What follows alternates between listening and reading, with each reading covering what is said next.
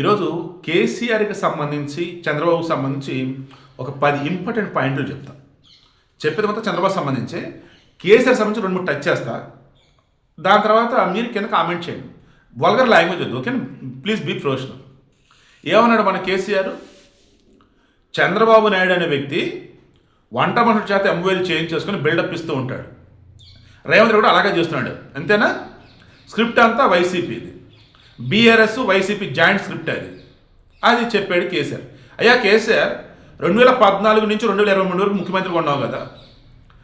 ఈ 9.5 సంవత్సరాలలో నువ్వు ఇప్పుడు నేను చెప్పబోతున్నటువంటి 10 గేమ్ చేంజింగ్ లాంటి ఒక డెసిషన్స్ ఉన్నాయి, పనులు ఉన్నాయి చంద్రబాబు, అవి చెప్తా.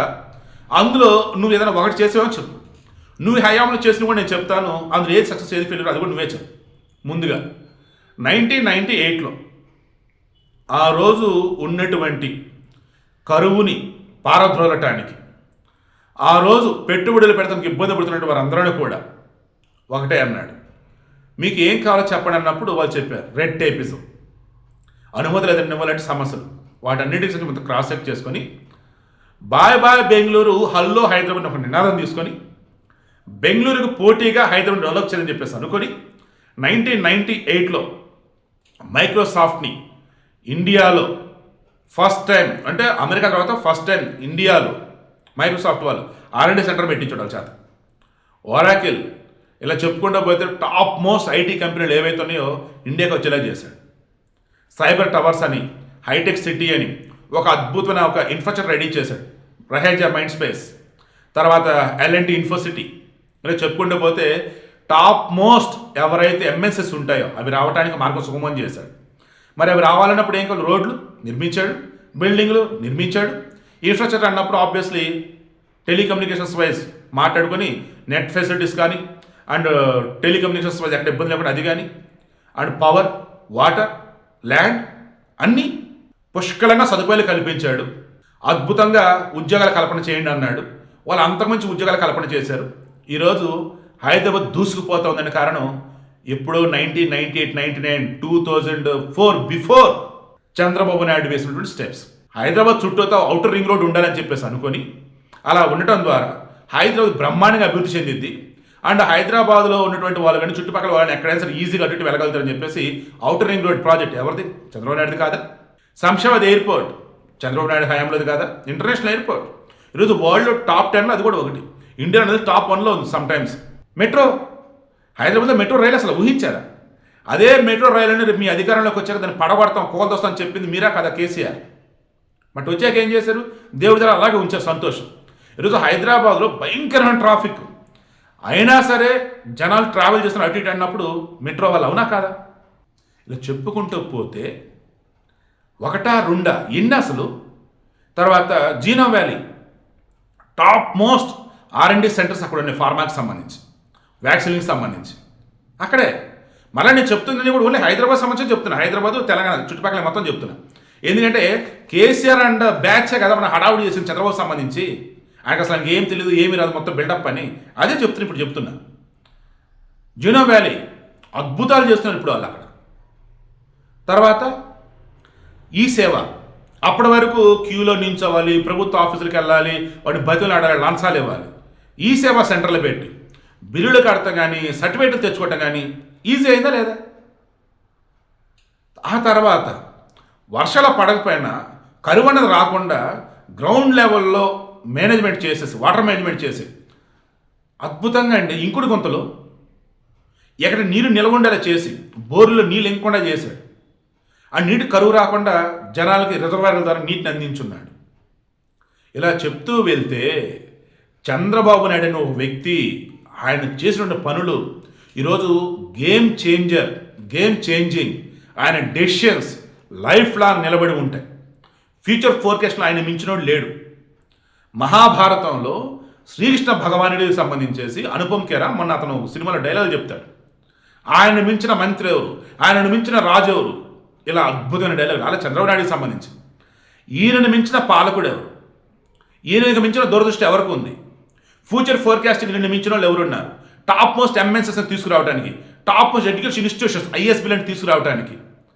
ఇలా ఒకటా రెండా ఇక్కడ ఉన్నటువంటి మన వాళ్ళు అద్భుతంగా స్కిల్స్ డెవలప్ చేసుకుని స్కిల్ డెవలప్ సెంటర్లో పెట్టున్నారు. ఐటీ కంపెనీలతో మాట్లాడి మన వాళ్ళకి ట్రైనింగ్లు ఇప్పించి జాబులు ఇప్పించాడు. ఈరోజు సాఫ్ట్వేర్ ఎగుమతులలో హైదరాబాద్ దూసుకుపోతున్న కారణం చంద్రబాబు కాదా? ప్రపంచవ్యాప్తంగా తెలుగు వాళ్ళు అత్యధికులు వచ్చేసి ఐటీ రంగాల్లో ఉన్నారంటే చంద్రబాబు కాదా? మరి సో ఇప్పుడు కేసీఆర్ టాపిక్ వద్దాం.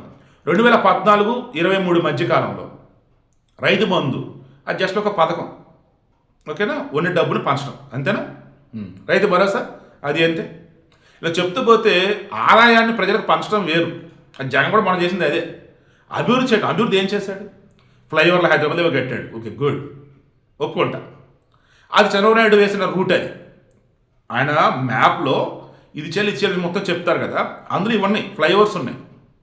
సో అదే చేశారు, ఆయన దారిలోనే వెళ్ళారు, అదే చేశారు.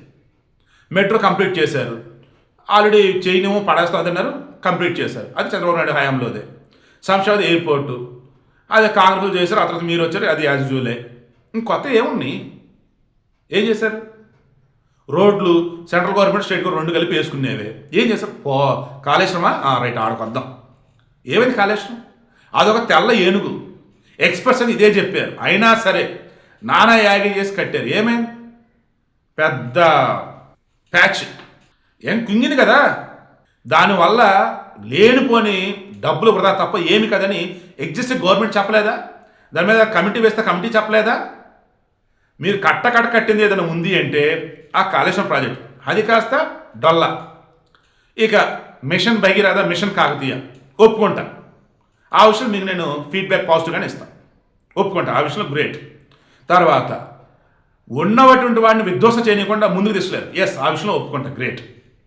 ఎందుకు? మీకు ఆ జగన్ ఉన్నాడు కదా పోటీగా, ఎందుకు? ఉన్న వాటిని విధ్వంసం చేశాడు కదా, అది మీ ప్లస్ పాయింట్. సో మరలా జగన్ వస్తే అతను చేసే విధ్వంసాన్ని చూసి జనాలు వచ్చేసి అమ్మ కేసీఆర్ చాలా బెటర్ అనుకోవాలి, అది కదా మీకు. అదే చంద్రబాబు నాయుడు ఉంటే అద్భుతాలు చేస్తున్నాడు, ఆయన చేసే అద్భుతాల ముందు మీరు చేసేవన్నీ చాలా చిన్నగా ఉంటాయి, అంతే కదా.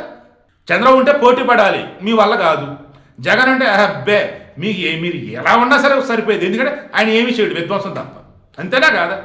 ఈరోజు ప్రపంచవ్యాప్తంగా ఉన్నటువంటి వాళ్ళంతా కూడా చంద్రబాబు నాయుడు అంటే ఒక బ్రాండ్ అన్నట్టు ఏపీకి పెట్టుబడులు పెడుతున్నారండి. ఎందుకు పెడుతున్నారు? హైదరాబాద్లో గేమ్ చేంజింగ్ డెసిషన్స్ తీసుకోవటం వల్ల ఈరోజు ఎంత బాగా డెవలప్ అయింది అంటే అంతా చూశారు కాబట్టి. ఈరోజు అదే కదా ఏపీలో పెట్టుబడి పెడుతున్న కారణం. వైజాగ్లో కానీ, అటు కర్నూలులో కానీ, శ్రీ సిటీలో కానీ, తిరుపతిలో కానీ, అమరావతిలో కానీ, space city, drone city, aerospace city, data city, data centres. ఇటువంటి చంద్రబాబుని ఎలాగయ్యా కేసీఆర్ నువ్వు అనగలిగావు? అంతే. మరలా చెప్తున్నా, జగన్కి మీకు దట్ మీన్స్ ఆ వైసీపీకి బీర్ స్క్రిప్ట్ ఎవరో ఒకళ్ళే వేస్తున్నారు, అదే పాట పాడుతున్నారు మీడియా ముందు. చూసి తినాలి, ఇప్పుడు చీ కొడతా ఉన్నారు. ఎనీవే, చంద్రబాబు గురించి మరొకసారి అందరికి తెలిసేలా చేసావు, థ్యాంక్స్ అయ్యా. బట్ మరలా చెప్తున్నాం, చంద్రబాబు నాయుడు అనేవాడు శిఖరం. చంద్రబాబు నాయుడు అంటే ఒక బ్రాండ్, ఆ బ్రాండ్ ఎవరికి లేదు, రాదు.